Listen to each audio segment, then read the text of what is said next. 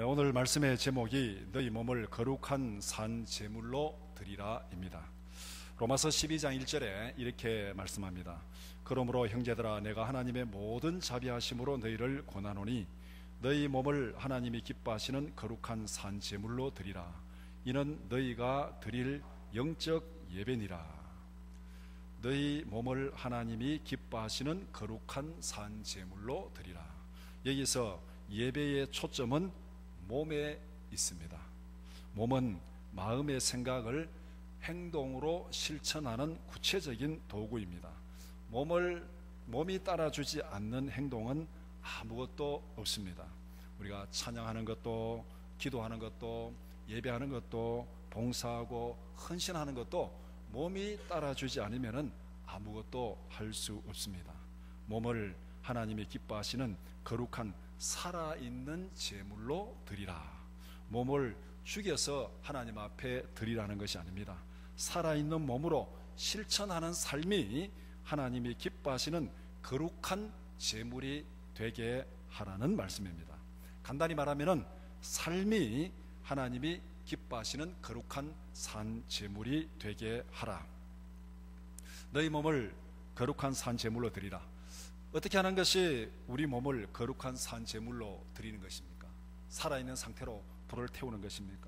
살아있는 상태에서 막 몸에 막 학대하고 피를 내고 혼의 고행을 하고 이렇게 해가지고 우리를 드리는 것이 산 제물로 드리는 것입니까? 몸을 거룩한 산 제물로 드리는 구체적인 방법이 무엇입니까? 우리는 오늘 사무엘상 3장 1절에서 11절을 함께 읽었습니다. 이 말씀에서 자신을 거룩한 산 제물로 드리는 구체적인 모습이 어떤 것인지를 발견할 수 있습니다. 사무엘의 삶은 자신을 하나님이 기뻐하시는 거룩한 산 제물로 드리는 실천적인 사례입니다. 사무엘의 삶 그 자체가 온전히 하나님께 드려진 삶, 하나님께 자신을 드리는 것은 어떻게 살아가는 것인지를 우리에게 실천적으로 역사적 모델로 보여주는 것이 바로 사무엘의 삶입니다. 사무엘의 삶은 그의 어머니 한나의 서원으로 시작됩니다. 사무엘상 1장 10절 11절 한나가 마음이 괴로워서 여호와께 기도하고 통곡하며 서원하여 이르되 만군의 여호와여, 만일 주의 여종의 고통을 돌보시고 나를 기억하사 주의 여종을 잊지 아니하시고 주의 여종에게 아들을 주시면 내가 그의 평생의 그를 여호와께 드리고 삭도를 그의 머리에 대지 아니하겠나이다. 내가 그의 평생의 그를 여호와께 드리고 아들을 주시면 한나가 지금 통곡하며 기도하는 이유가 뭐냐면 아들을 못 낳는 것 때문에 엄청난 고통을 당하고 있습니다. 그러니까 하나님, 내가 아들을 낳으면 이 아들을 못 낳는 이 여인의 불명예를 씻어주시면은 그 아들을 내가 어떻게 하겠다는 것이 아니고 하나님 앞에 평생을 그의 앞에 온전히 드리겠습니다. 그렇게 서원했습니다. 하나님은 한나의 기도를 들으시고 그에게 아들을 주었습니다. 그 다음에 이제 한나가 할 일이 뭡니까? 서원을 실천하는 것이죠. 한나는 서원한 대로 실천했습니다. 사무엘상 1장 27절 28절 이 아이를 위하여 내가 기도하였더니 내가 구하여 기도한 바를 여호와께서 내게 허락하신지라.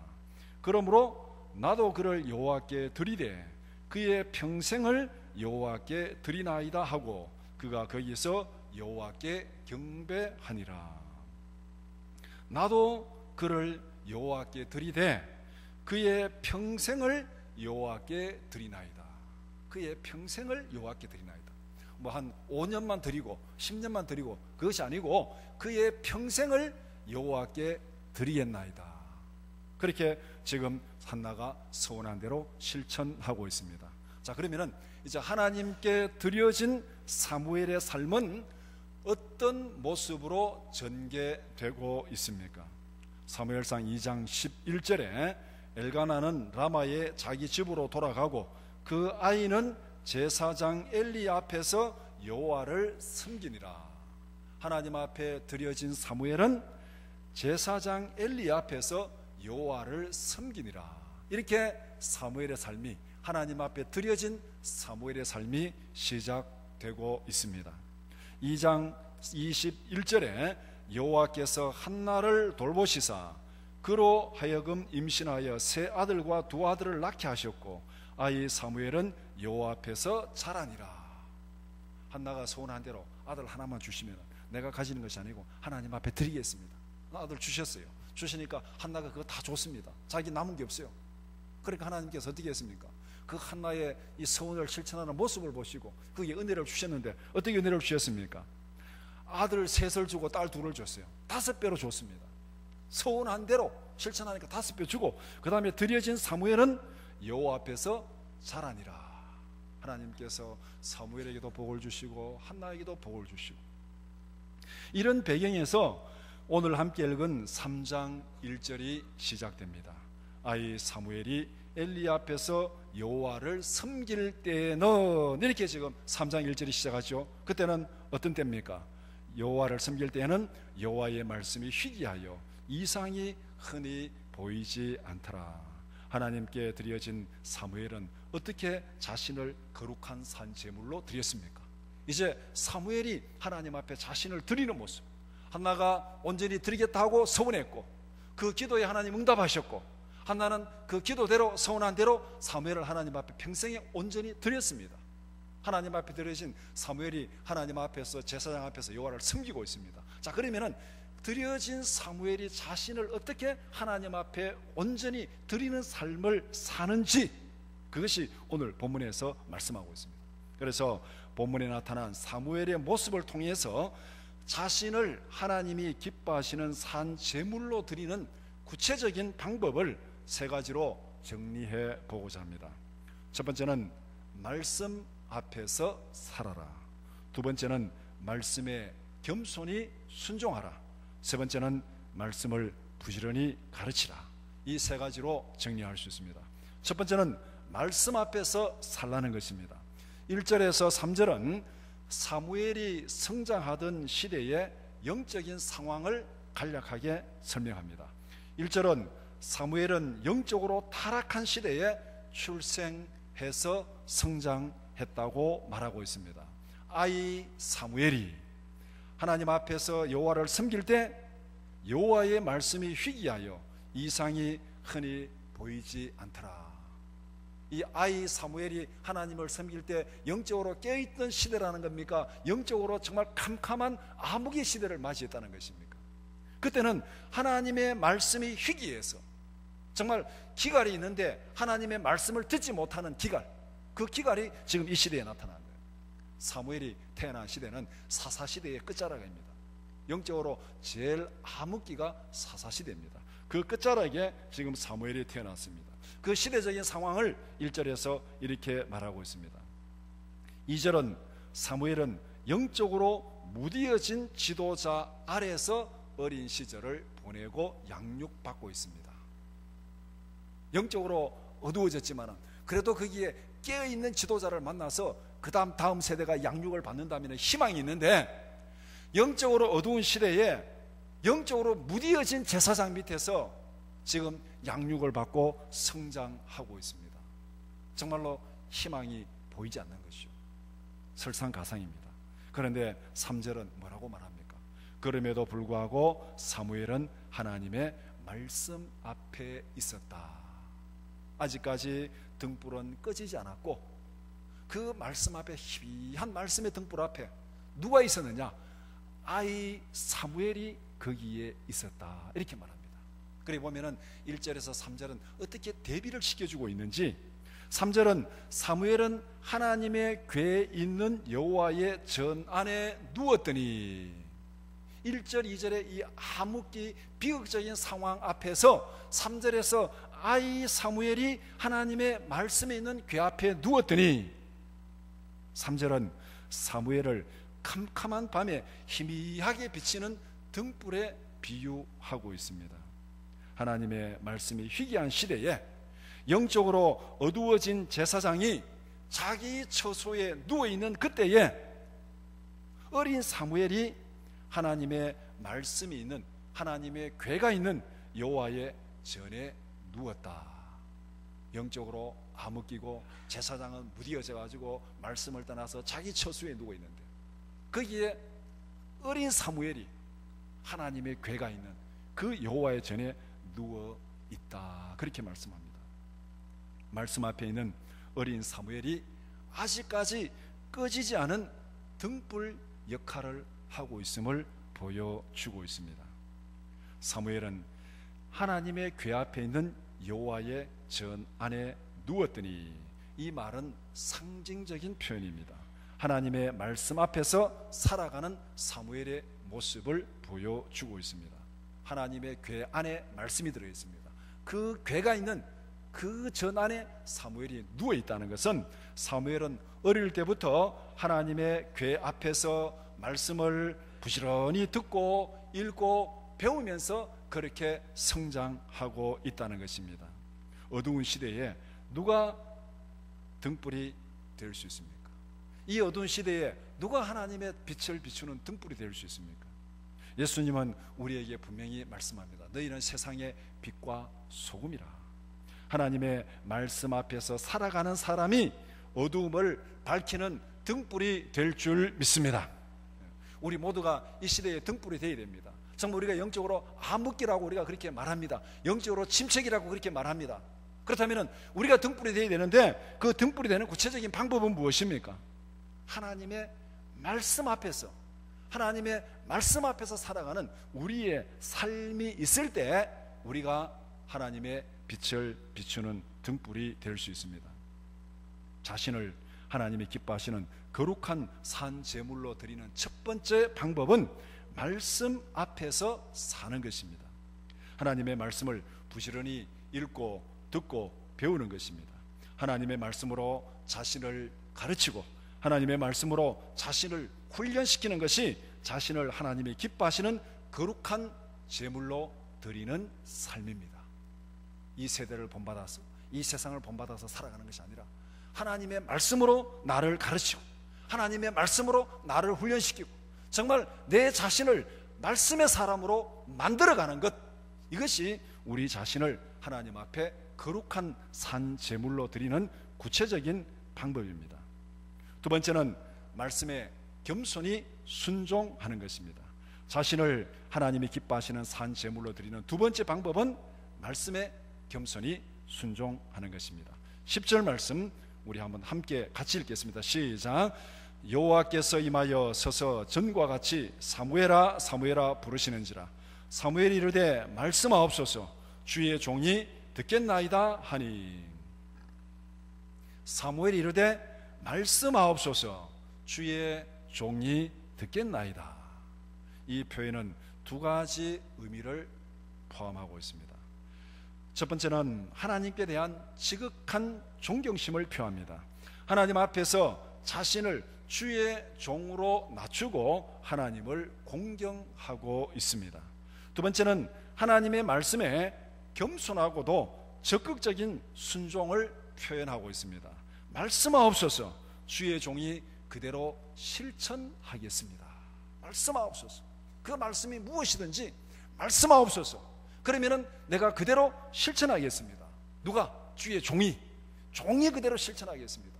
대등한 입장에서 내가 생각해보고 맞으면 실천하고 틀리면 안 하고, 그게 아니고 종은 주인이 명령하면 무조건 해야 되는 거예요. 주의 종이 그대로 실천하겠습니다. 사무엘은 하나님의 말씀을 들을 준비가 되어 있습니다. 뿐만 아니라 하나님의 말씀에 적극적으로 순종할 준비가 되어 있습니다. 10절 말씀은 우리가 하나님의 말씀을 대할 때 어떤 자세로 하나님의 말씀을 대하고 받아들여야 되는지를 분명히 보여주고 있습니다. 하나님의 말씀은 우리의 평가 대상이 아닙니다. 내가 말씀을 보고 맞다 틀리다 평가할 대상이 아닙니다. 내가 하나님의 말씀을 판단하는 평가자가 아닙니다. 하나님의 말씀은 우리에게 주어지는 하나님의 명령입니다. 우리를 창조하신 창조자의 명령이고, 우리를 죄와 죽음에서 구원하신 구원자의 명령입니다. 우리는 하나님의 명령에 의의를 제기할 수 없습니다. 창조자의 명령이기 때문에, 독생자의 생명을 버려서 구원하신 구원자의 명령이기 때문에 그 명령 앞에서 우리는 감사함으로 즉각적으로 순종하는 것밖에 그 이외에 다른 행동은 있을 수가 없습니다. 우리가 말씀을 대할 때, 말씀을 읽을 때, 들을 때 우리의 올바른 자세는 말씀하옵소서, 주의 종이 순종하겠습니다. 이것이 바로 날마다 우리가 성경을 읽을 때 우리의 마음 자세가 되어야 됩니다. 우리가 매일매일 성경을 읽을 때 어떤 마음으로 성경을 대해야 되겠습니까? 오늘 읽는 말씀을 통해서 주님 내게 말씀하옵소서, 그 말씀이 무엇이든지 그대로 순종하겠습니다. 자신을 하나님이 기뻐하시는 거룩한 산제물로 드리는 두 번째 방법은 하나님의 말씀에 철저하고도 즉각적으로 순종하는 것입니다. 하나님의 명령에 몸으로 실천하는 것이 자기 몸을 하나님이 기뻐하시는 거룩한 산제물로 드리는 것입니다. 순종은 몸이 따라야 되는 것이죠. 몸이 따르지 않고 순종하는 방법 없습니다. 말씀을 듣고 아멘 했는데 그 다음 몸이 안 따라줘요. 그러면 순종하지 않는 거잖아요. 아멘하고 몸으로 실천하는 것, 그것이 바로 내 몸을 하나님이 기뻐하시는 거룩한 산제물로 드리는 것입니다. 세 번째는 말씀을 부지런히 가르치라는 것입니다. 자신을 하나님이 기뻐하시는 산제물로 드리는 세 번째 방법은 보고 듣고 배운 말씀을 부지런히 가르치는 것입니다. 사무엘 3장은 엘리와 사무엘의 모습을 극명하게 대조시키고 있습니다. 하나님의 말씀에 대해서 엘리와 사무엘의 자세가 어떻게 다르게 나타납니까? 하나님의 말씀을 대하는 엘리의 태도가 어떻습니까? 3장 13절을 보면은 내가 그의 집을 영원토록 심판하겠고 그에게 말한 것은, 영원토록 심판하겠다고 그에게 말한 것은 그가 아는 죄악 때문이니 이는 그가 자기의 아들들이 저주를 자청하되 금하지 아니하였음이니라. 앞에 2장에 보면은 하나님의 사람이 엘리에게 분명한 심판을 경고하고 있습니다. 그럼에도 불구하고 엘리는 회개하지도 않았고 아들들을 가르치지도 않았습니다. 그러니까 이제 어린 사무엘을 통해서 다시 한번 엘리 집안에 내려질 하나님의 저주와 심판을 선포하고 있습니다. 엘리 제사장이 하나님으로부터 파면당한 결정적인 이유가 무엇입니까? 자식들에게 하나님의 말씀을 가르치지 않은 것 때문입니다. 하나님의 엄중한 경고를 듣고도 여전히 가르치지 않았습니다. 이것은 무엇입니까? 주여 말씀하옵소서, 종이 실천하겠습니다. 이 말씀, 이 자세와는 정반대가 되는 거예요. 말씀하옵소서, 종이 순종하겠습니다. 말씀하옵소서, 종이 실천하겠습니다. 이것과는 전혀 다르게 엘리는 2장에서 하나님께서 경고하고 그래도 지속적으로 거부하고 순종하지 않고, 그러니까 3장에서 다시 심판이 선포되는 거예요. 하나님의 말씀을 들었지만은 순종하지 않는 그 엘리의 모습. 엘리와는 대조적으로 하나님의 말씀을 대하는 사무엘의 태도는 어떻습니까? 오늘 본문 3장 10절에 잘 나타나 있습니다. 말씀하옵소서, 종이 순종하겠습니다. 이것이 어떻게 사무엘에게 행동으로 나타났습니까? 첫 번째 행동으로 나타난 것이 3장 18절 말씀입니다. 사무엘이 그것을 그에게 자세히 말하고 조금도 숨기지 아니하니 그가 이르되 이는 여호와이시니 선하신 대로 하실 것이니라 하니라. 사무엘은 엘리에게 하나님의 말씀을 조금도 숨기지 않고 자세히 전달했습니다. 사무엘에게 있어서 엘리는 대단히 거북한 존재입니다. 사무엘은 어린 아이고 엘리는 정말 이 대제사장이고, 그래 보면은 한 증손자뻘, 고손자뻘 되는 그런 사람이 사무엘이에요. 그러니까 이 사무엘에게 있어서 엘리는 굉장히 참 가까이 하기는 너무 먼 당신입니다. 거북한 존재입니다. 그런데 엘리에게 전해야 될 하나님의 말씀이 어떤 것입니까? 좋은 얘기 같으면은 가지고 다 전달할 수 있겠는데 이거는 정말 비극적인 얘기입니다. 11절에 말한 대로 그것을 듣는 자마다 두 귀가 울리리라. 정말 절망적인 비극적인 이 말씀, 심판의 선포를 지금 엘리에게 전달해야 됩니다. 그럼에도 불구하고 사무엘은 하나님의 말씀을 있는 그대로 숨김없이 다 전달했습니다. 앞에 말씀하옵소서 주의 종이 듣겠나이다. 말씀하옵소서 주의 종이 그대로 실천하겠나이다. 그런데 하나님께서 말씀하셨어요. 엘리에게 가서 이 심판을 전해라. 엄청난 경고의 말씀, 비극적인 말씀을 들었습니다. 사무엘이 어떻게 했습니까? 가서 숨김없이 다 전했습니다. 사무엘은 백성들에게도 하나님의 말씀을 부지런히 가르쳤습니다. 사무엘상 12장 23절 24절 나는 너희를 위하여 기도하기를 쉬는 죄를 여호와 앞에 결단코 범하지 아니하고 선하고 의로운 길을 너희에게 가르칠 것인즉 너희는 여호와께서 너희를 위하여 행하신 그 큰 일을 생각하여 오직 그를 경외하며 너희의 마음을 다하여 진실이 섬기라. 백성들 앞에서 뭐라고 말합니까?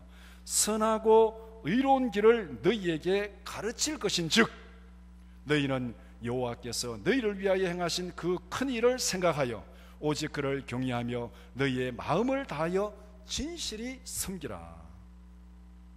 백성들 앞에서도 사무엘은 그 말씀을 있는 그대로 가르치고 나도 그렇게 실천하겠다.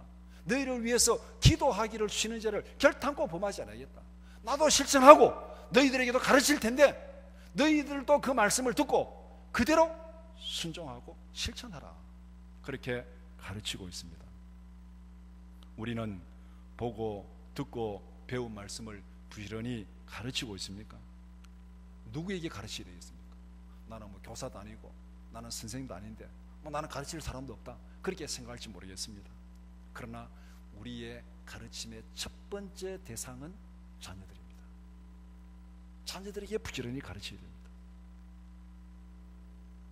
신명기 6장 4절에서 9절 이스라엘아 들으라 우리 하나님 여호와는 오직 유일한 여호와이시니 너는 마음을 다하고 뜻을 다하고 힘을 다하여 내 하나님 여호와를 사랑하라.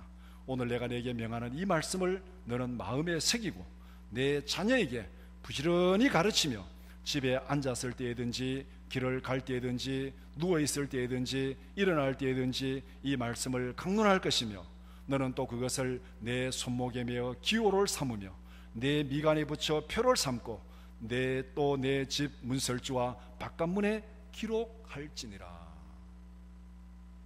우리 모든 부모들에게 주신 하나님의 명령입니다. 우리가 말씀을 받은 자로서 우리가 부모로서 제일 첫 번째 해야 될 일이 뭐냐면은 자식들에게 부지런히 가르치는 겁니다. 하나님의 말씀을 부지런히 가르치는 것. 우리는 성도로서 자식들에 대한 부모의 의무를 다 하고 있습니까? 우리 흔히 그렇게 말합니다. 자식 키우는 사람 치고 큰 소리 칠 사람 하나도 없다. 100% 맞는 말입니다. 자식 키우는 사람 치고 큰 소리 칠 사람 하나도 없습니다. 옛날 어른들이 다 한 얘기입니다. 맞는 말이에요. 또 요사이 그런 말을 합니다. 자식 일 내 마음대로 됩니까? 자식 일 부모 마음대로 됩니까? 부모 마음대로 안 됩니다. 사실입니다. 그럼에도 불구하고 자식 키우는 사람은 큰 소리 못 친다고, 자식 내 마음대로 안 된다고, 그러면은 우리가 부모의 모든 의무를 다 포기해야 되느냐? 그거는 아니라는 것입니다. 세상만 탓할 것이 아니라 우리 자신을 철저하게 돌아봐야 됩니다. 자식이 그 말씀을 듣고 안 듣고는 그 다음 문제입니다. 그거는 앞으로 그 자식과 하나님 사이에 판단할 문제입니다. 자식이 열심히 가르쳤는데, 평생을 눈물로 호소하면서 가르쳤는데 그 자식이 안 들었어요. 순종하지 않았습니다. 그 책임은 누구에게 있습니까? 그 놈에게 있어요. 하나님이 그 놈에게 책임을 물을 거예요. 그러면은 부모는 어떻게 해야 되겠습니까? 듣고 안 듣고는 두 번째 문제고, 부모가 할 일은 일상생활 속에서 삶으로 실천하면서 말로 가르치면서 앉았을 때든지 누웠을 때든지 들어올 때든지 나갈 때든지 부지런히 가르치는 것, 그것은 부모가 할 일입니다. 가르치지 않았다면 부모가 하나님 앞에서 평가받을 일입니다. 자식이 안 듣는다고, 시대가 변했다고, 우리가 어떻게 할 수 없다고, 그렇다고 우리의 책임과 의무가 면제되는 것 아닙니다. 듣든지 안 듣든지 불문하고 가르치는 것은 부모의 책임이고 부모의 의무입니다. 자식은 자식대로 하나님 앞에 평가받을 것이고 부모는 부모대로 하나님 앞에 평가받을 것입니다. 엘리의 가정의 비극은 신앙 교육의 실패에서 시작된 것입니다. 보고 듣고 깨달은 말씀을 주위 사람들에게 부지런히 전하고 있습니까?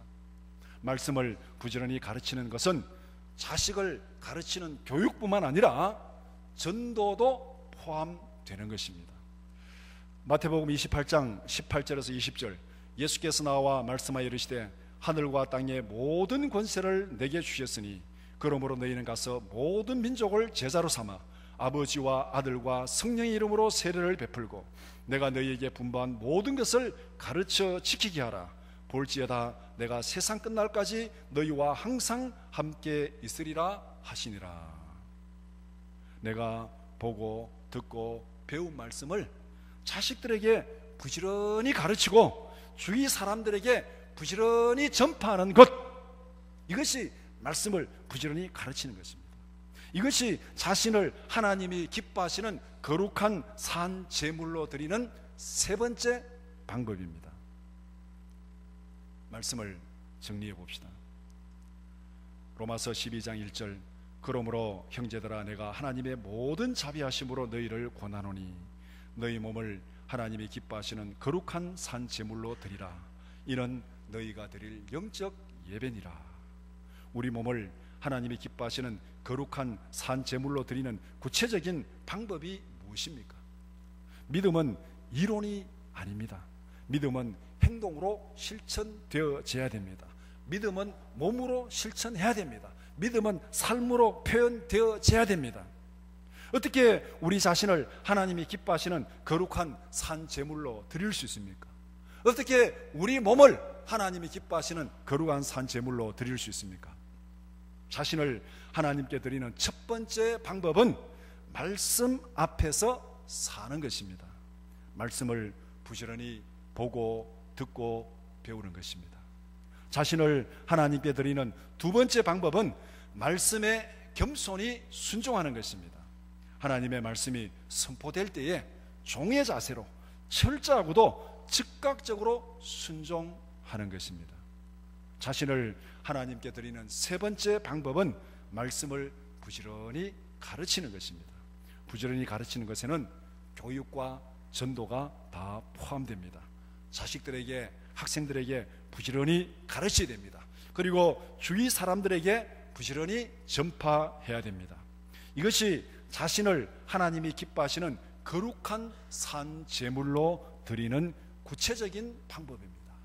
너희 몸을 하나님이 기뻐하시는 거룩한 산 제물로 드리라. 우리의 몸을 하나님이 기뻐하시는 거룩한 산 제물로 드리는 구체적인 방법 세 가지로 정리했습니다. 우리 모든 성도들이 이 세대를 본받지 말고 이 세대를 탓하지 말고 생활 속에서 자신을 하나님이 기뻐하시는 거룩한 산 제물로 드리는 하나님이 기뻐하는 예배자로 살아가는 여러분들이 되기를 주님의 이름으로 축원합니다. 기도드리겠습니다. 거룩하신 아버지 하나님, 우리를 창조하시고 우리를 구원하시고 하나님의 자녀 삼아주시고 우리에게 말씀을 주시고 말씀을 들려주시고 깨닫게 하심을 감사합니다. 이 세대를 본받지 말고 하나님의 선하시고 기뻐하신 뜻이 무엇인지를 분별하고 그 말씀대로 순종하는 저희들 되게 하시고 그 말씀대로 살아감으로써 우리의 몸을 하나님이 기뻐하시는 거룩한 산 제물로 드리는 참된 예배자가 되게 하여 주시옵소서. 우리의 삶이 제물이 되게 하시고 우리의 삶이 하나님이 기뻐 받으시는 거룩한 산 제물이 되게 하여 주시옵소서. 예수님의 이름으로 기도드리옵나이다. 아멘.